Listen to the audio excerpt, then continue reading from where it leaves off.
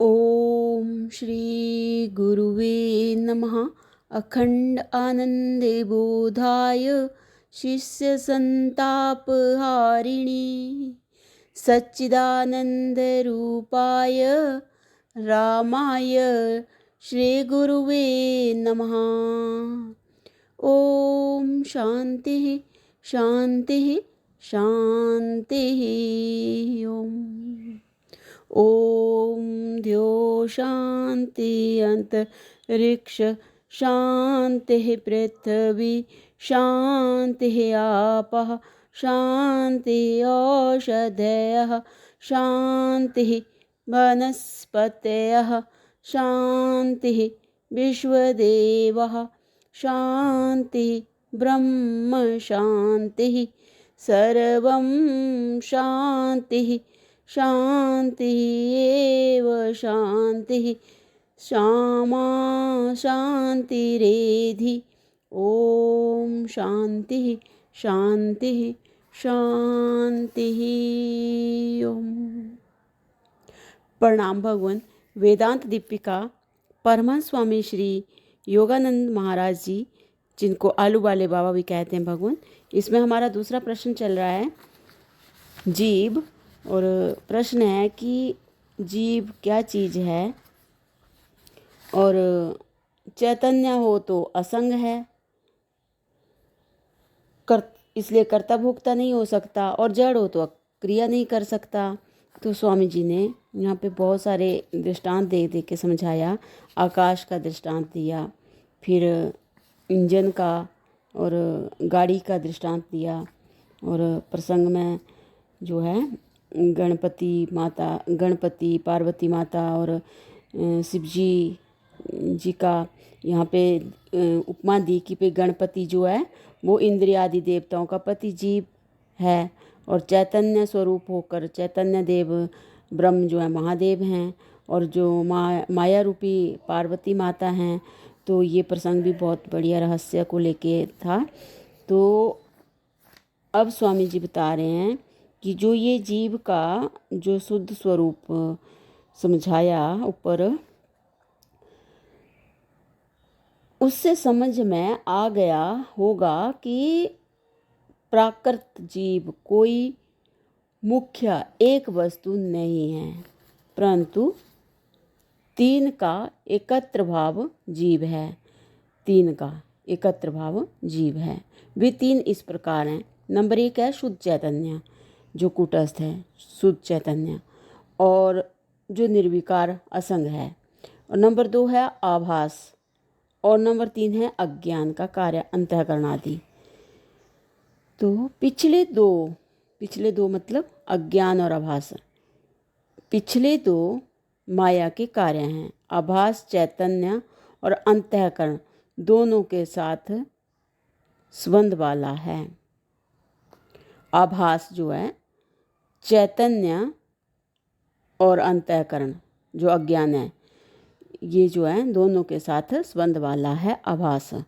वह चैतन्य की सत्ता को माया में मिलाता है, जिससे जड़ माया चैतन्य होकर पृथक पृथक भाव से कार्य करती है। यह चिदाभास ना हो तो सामान्य चैतन्य है और न संपूर्ण जड़। यह चिदाभास ना हो तो सामान्य चैतन्य है। यह चिदाभास ना तो, अच्छा स्वामी जी कह रहे हैं कि यह चिदाभास ना तो सामान्य चैतन्य है और ना संपूर्ण जड़ है। चिदाभास भी माया में पड़ने से माया का है। जैसे इंजन में अग्नि और जल दो वस्तु मुख्य है। अग्नि को चैतन्य स्वरूप और जल को जड़ रूप समझ। रेलगाड़ी को न मात्र अग्नि चलाती है न मात्र जल चलाता है, परंतु अग्नि की उष्णता जल में आती है। उष्णता देती हुई भी अग्नि जल से पृथक है। जल में से निकली हुई भाप क्रिया करती है। भाप और जल दोनों ही को जड़ समझ,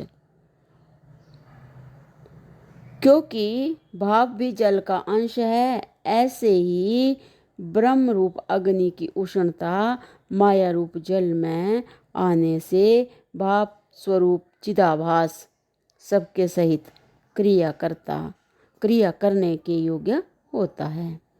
वही कर्ता भोक्ता जीव है। वही जीव अपनी उपाधि के दोनों अंशों को छोड़कर शुद्ध ब्रह्म है। जीव में कर्ता भोक्ता का अभिमान अज्ञान है। वह अज्ञान माया का कल्पित है। कल्पित अवस्था में कल्पित को सच्चा समझने वाला जीव भी कल्पित है। जब वह माया के कल्पित दबाव से युक्त होता है तब उसी समय प्राकृत जीव हटकर जीव का आद्य स्वरूप शेष रहता है। जब माया के कल्पित दबाव से मुक्त होता है जीव जो है, तब उसी समय प्राकृत जीव हटकर जीव का आद्य स्वरूप शेष रहता है जो परमात्मा ब्रह्म है। ट्रॉम के दृष्टांत से भी यही सिद्ध होता है कि सामान्य सत्ता स्वयं क्रिया नहीं करती और ट्रॉम की जड़ गाड़ियाँ भी क्रिया नहीं करती। यंत्र में लकड़ी के सहारे से आई हुई सत्ता यंत्र की विशेष सत्ता सहित कार्य करती है। अंतिम सारांश चैतन्य के प्रकाश सहित माया का भाव जीव है। इससे प्राकृत जीव असंग नहीं है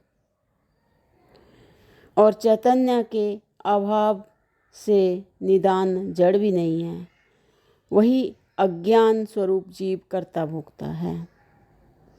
तो भगवान यहाँ पर जो हमारा दूसरा ये प्रश्न है ये विराम लेता है और अब जो हमारा तीसरा प्रश्न चलेगा उसका नाम है अज्ञान और ज्ञान। प्रश्न है कि भाई अज्ञान और ज्ञान किसको कहते हैं। तो इसको हम अगले सत्संग से कंटिन्यू करते हैं। प्रणाम भगवान। ओम शांति ही शांति ही शांति ही। ओम।